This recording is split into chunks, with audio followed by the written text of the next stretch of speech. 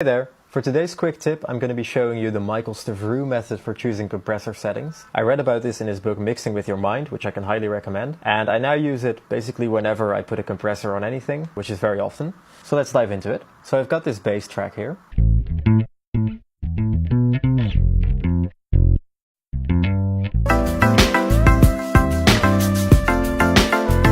Okay, so the first thing you're going to do is basically choose a ridiculous compression setting. We're going to put ratio all the way up, attack and release all the way down as fast as possible. And we're going to set the threshold in such a way that the compressor is really pumping quite heavily. Okay, so we're going to start by slowly raising the attack time until it gets to a point where we like the way it sounds.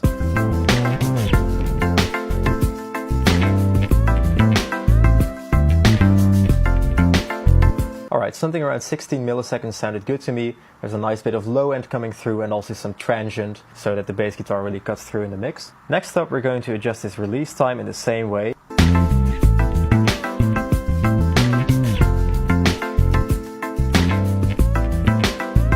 Yeah, so something around 24 milliseconds sounded pretty good to me. It's kind of fast enough to release in time with the music and before the next note is played. Now we're going to do the same thing but for the ratio.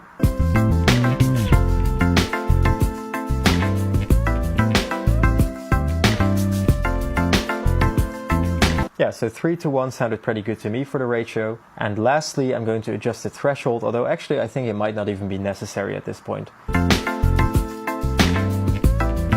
Yeah, no need to really adjust that. As a final test, I'm just going to compare the compressed signal to the original uncompressed one. So let's listen in the mix. Without compression. And with compression. Alright, sounds good to me. It's a lot tighter than without compression and it just fits into the mix better. So I hope you found this tip useful. If you have any questions or comments, feel free to leave them below and stay tuned for more. See you next time.